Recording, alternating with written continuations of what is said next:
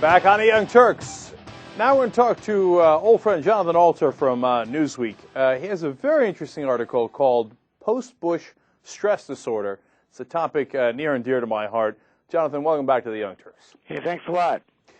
So tell us what post-Bush stress disorder is, Jonathan.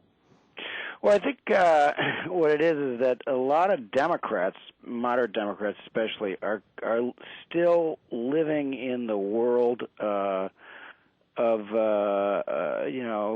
or 6 years ago when Republicans were setting the tone and calling the tune, and their feeling is that if they somehow get too out of sync with where conservatives are or conservatives might be, that they're going to suffer politically. So they're living in sort of an old mindset and haven't really caught up to the fact that conservatives are basically irrelevant in American politics right now, and so the danger to them is not in being insufficiently attentive to the foreign policy and domestic concerns of conservatives.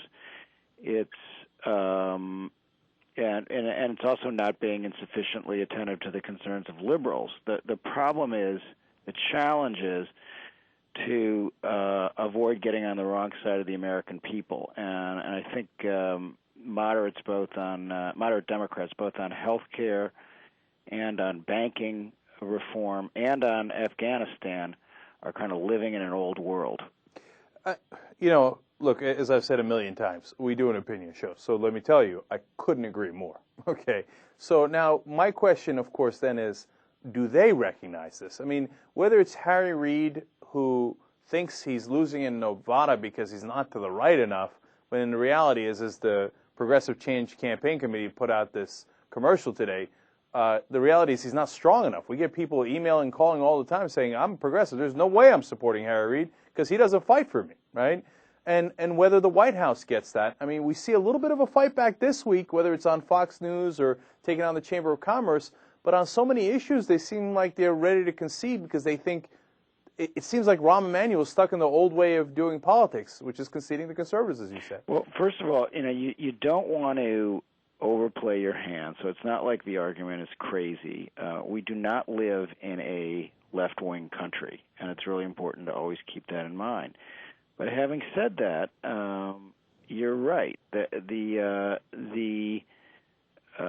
a sense of almost being scared by their own shadow and not really focused enough on the right things. There's also some good signs. I mean, the president, really hit the health insurance industry with a 2x4 in his radio address on Saturday. So there's also a fair amount of hand-wringing, I think, by liberals who are not looking at Obama in a complete enough way. I mean, he's not a sellout. And my problem is actually less with the White House than it is with certain moderate senators who don't get that if they don't introduce competition, real competition, whether through a public option or some other way, and premiums go up after a bill is signed, it will wreck the Democratic Party because Americans will go, what was this about? Why did we go through all this to get health care reform and our premiums are up 25%? Instead of worrying about whether somebody might be offended by a public option and see it as socialism, they should be worried about whether premiums surge and they lose, the middle class. So we covered just earlier in the hour that speech that Obama gave, the weekly address, taking on the healthcare insurance industry, and I agree with you. He was tougher, and now he's been tougher on a number of issues just this week. So all of a sudden, I see a little fight in him, which honestly I didn't see as much before.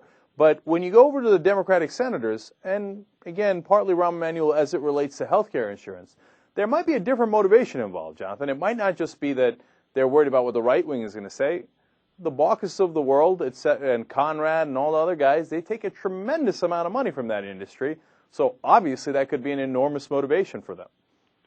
They do. And, Max Buck has got $1.5 million from the industry, and that goes a long way in Montana. I tend to think it's more complex than just that they're benefiting from what you might think of as legalized bribery. I think they also sort of misread the times and think that all the noise about socialism really reflects a tremendous number of people. And what it does, it reflects a very intense feeling on the part of about 25% of the electorate, and that leaves the other 75% who want to see some of these problems really tackled. And if you tackle, say, health insurance reform without allowing choice, which is, by the way, what the end of the public option is. The public option is a means. It's not an end in itself. It's a means toward empowering consumers.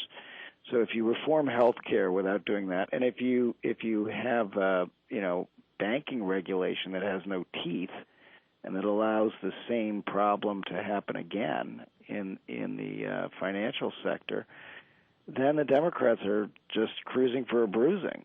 So they need to sort of look around the corner, think ahead to what their longer-term political interests are, not think that they're going to kind of skate through by moving right.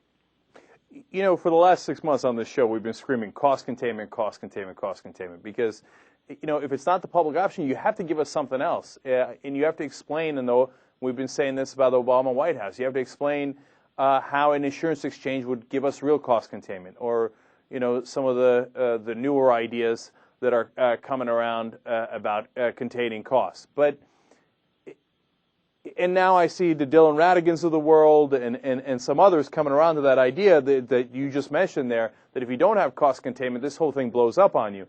So, Jonathan, but you did, and you mentioned in your article, you did earlier call the public option advocates, it's kind of a fetish for the public option. Yes, and I said that again in my story, and I still think what happened was, over the summer, you had a bunch of liberals who basically said public option or bust, public option or we don't want a bill, and that was folly. So there was something to be said for a strategy of saying, look, let's just keep this process on track, and we will fix it in the House Senate Conference Committee where they resolve their differences. But if you derail it by drawing lines in the sand, to mix a metaphor, you'll get no bill, and that is not acceptable. But Jonathan, I disagree on that. The idea of going crazy over the public option over the summer, I don't think was helpful. There was no way it was going to be approved by the Senate Finance Committee.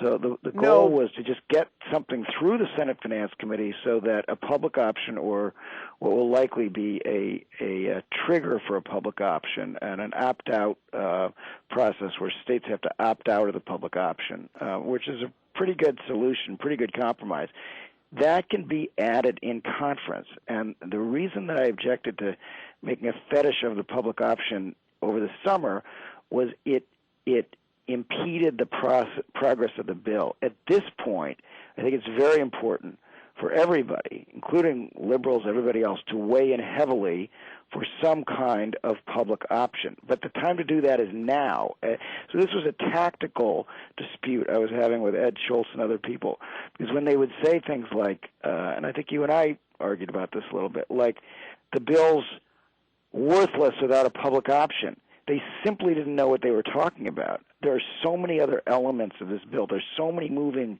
pieces. Just to give but you it sounds like, Jonathan, just to give you a really quick example, how many of the people who you think are advocating for a public option know that a public option won't be available to them?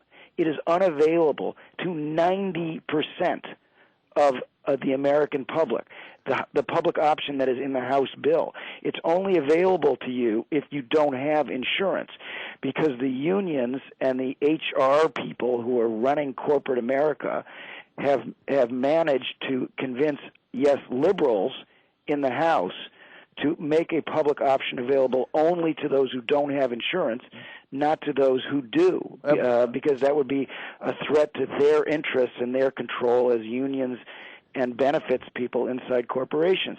So the whole public option debate has been conducted largely in ignorance. I mean, how many of your viewers and listeners actually know that they won't be able to get a public option if they have health insurance right now through their employer? I hope all of them, because we told them on a number of occasions. Unfortunately, we're out of time. I'd love to go another 10 minutes on this conversation because I think, you're saying it's a matter of timing, but nobody was drawing the line over the Senate Finance Committee version. But we're out of time, unfortunately. But, John, we really appreciate you coming on. And great talking to you. We'll talk to you soon. Young Turks.